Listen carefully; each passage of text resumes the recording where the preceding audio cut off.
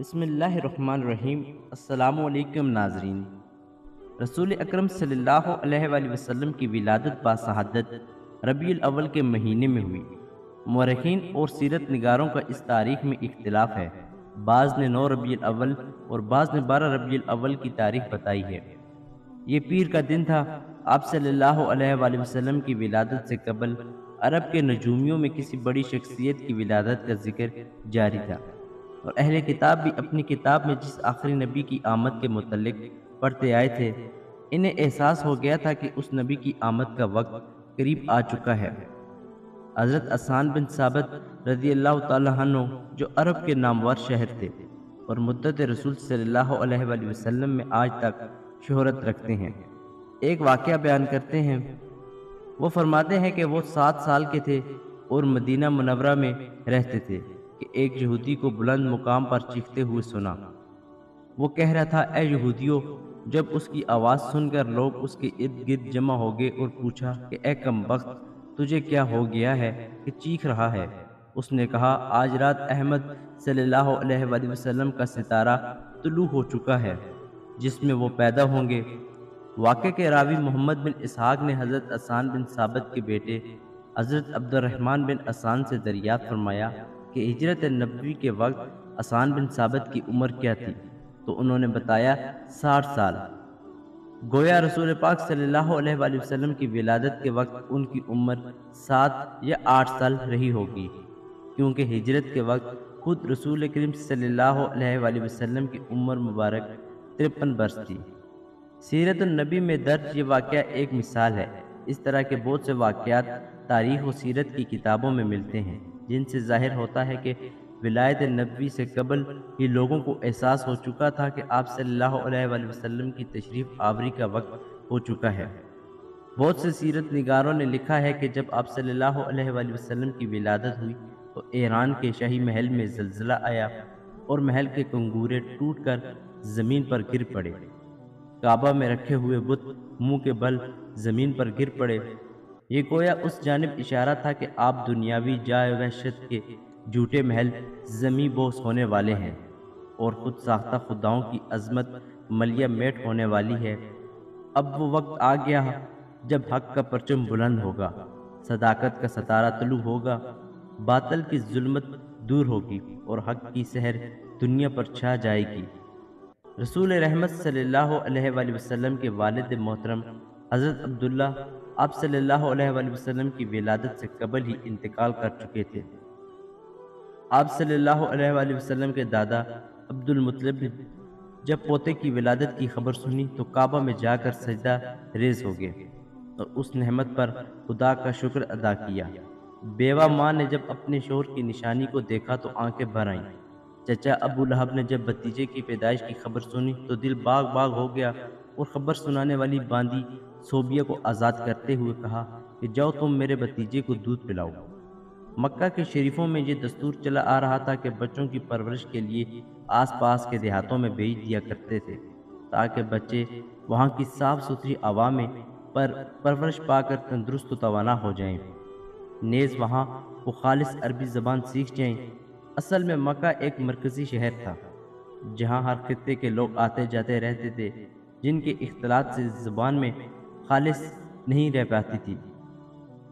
عرب میں پڑھنے لکھنے کا رواج بہت کم تھا، مگر وہ زبان پر خاص توجہ دیتے تھے۔ یہاں شہری اور سخنوری کا چچا رہتا اور گاؤں والوں کی زبان زیادہ مسند سمجھی جاتی تھی۔ اسی غرض سے رسول اکرم صلی اللہ علیہ وآلہ وسلم کو بھی پرورش کے لیے ایک صحرائی خاتون حضرت علیمہ سعدیہ کے حوالے کیا گیا، جن کا تعلق قبیلہ بنی سعد سے تھا۔ حضرت علیمہ سعدیہ رضی اللہ تعالی عنہ ان عورتوں میں شامل تھیں جو مکہ معظمہ کے شرفاء کے بچے پرورش کے لیے حاصل کرنے کی غرض سے آئی تھیں۔ سیرت النبی کے مطابق یہ واقعہ خود حضرت علیمہ نے یوں بیان کیا ہے کہ میں اپنے قبیلے کی کچھ عورتوں کے ساتھ دودھ پینے والے بچوں کی تلاش میں نکلی۔ یہ زمانہ قحط کا تھا اور ہمارے پاس کچھ نہ تھا۔ ایک بھورے رنگ کی گدی پر سوار ہو کر نکلی اور ایک اونٹنی بھی ساتھ تھی جس سے دودھ کا ایک قطرہ بھی نہ نکلتا تھا۔ ہمارا شیر خوار بچہ بھوک کے سبب ساری رات روتا تھا اور ہم سو نہ سکتے تھے۔ میری چھاتی میں اتنا دودھ نہ تھا کہ اپنے بچے کو پلاؤں، اور نہ ہی ہماری اونٹنی کے پاس کچھ تھا۔ میں جس گدی پر نکلی وہ تھک گئی اور اپنے ساتھیوں سے پیچھے رہ گئی، اور سب کے بعد مکہ پہنچی۔ حضرت علیمہ سعدیہ کا بیان ہے کہ کوئی عورت ایسی نہ تھی جس پر ننھے محمد صلی اللہ علیہ وآلہ وسلم کو پیش نہ کیا گیا ہو، مگر کسی نے بھی آپ صلی اللہ علیہ وآلہ وسلم کو نہ لیا، کیونکہ ہمیں لڑکے کے باپ سے بلائی کی امید رہتی تھی اور اسی سے انعام کی توقع رکھتے تھے۔ جب باپ نہ ہو تو دادا اور ماں سے کیا امید؟ لیکن جب کوئی بچہ نہ ملا تو مجبوراً آپ صلی اللہ علیہ وآلہ وسلم کو لے لیا۔ آپ صلی اللہ علیہ وآلہ وسلم کی برکت سے مجھے بار بار فیض یاب ہونے کا موقع ملا۔ جب میں آپ کو گود میں لے کر اپنی سواری پر بیٹھی تو میری حیرت کا ٹھکانہ نہ رہا کہ میری پستان دودھ سے بھر گئے، اور آپ نے خوب سیر ہو کر دودھ پیا۔ اسی کے ساتھ آپ کے رضائی بھائی نے بھی خوب دودھ پیا، اور پھر دونوں سو گئے۔ میرے شوہر بوڑھی اونٹنی کی طرف گئے تو کیا دیکھتے ہیں کہ اس کے تھن بھی دودھ سے بھرے ہوئے ہیں۔ ہم دونوں میاں بیوی نے خوب جی بھر کر اونٹنی کا دودھ پیا اور رات بھر آرام سے سوئے۔ صبح کے وقت میرے شوہر نے کہا کہ اے علیمہ، خدا کی قسم خوب سمجھ لے کہ تو نے ایک مبارک ذات کو پایا ہے۔ میں نے جواب دیا، خدا کی قسم مجھے یہی امید تھی۔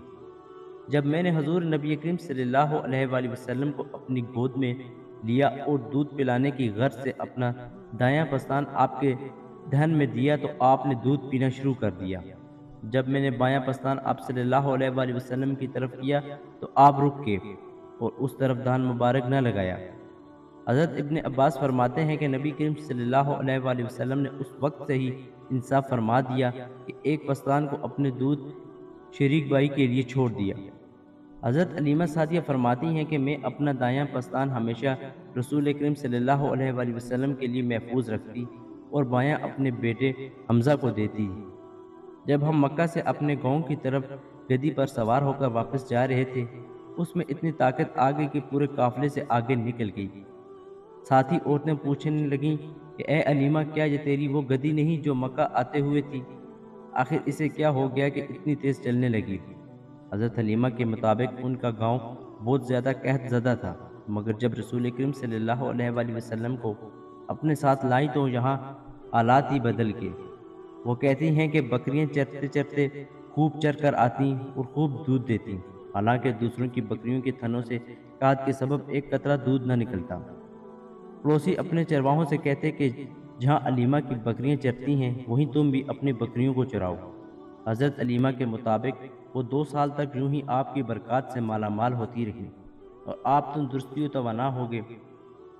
دوسرے بچے اس قدر تندرست نہ تھے۔ 2 سال کے بعد آپ صلی اللہ علیہ وآلہ وسلم کو واپس مکہ لے کر آئیں تو والدہ ماجدہ حضرت آمنہ نے اپنی حیثیت کے مطابق انعام و اکرام سے حضرت علیمہ کو نوازا۔ حضرت حلیمہ کی آپ کی برکات کو چھوڑنا نہیں چاہتی تھی، لہٰذا دوبارہ اپنے ساتھ واپس لیتی آئیں۔ رسول محترم صلی اللہ علیہ وآلہ وسلم نے خود اپنی ولادت کا ذکر بیان کرتے ہوئے فرمایا، اچھا سنو، میں اپنے باپ حضرت ابراہیم علیہ السلام کی دعا اور حضرت عیسیٰ علیہ السلام کی بشارت ہوں۔ جب میں اپنی ماں کے شکم میں آیا تو انہوں نے دیکھا کہ ان کے اندر سے ایک نور نکلا جس سے سرزمین شام کے محل ان پر روشن ہو گئے۔ بنی سعد بن بکر کے قبیلے میں دودھ پی کر میں نے پرورش پائی۔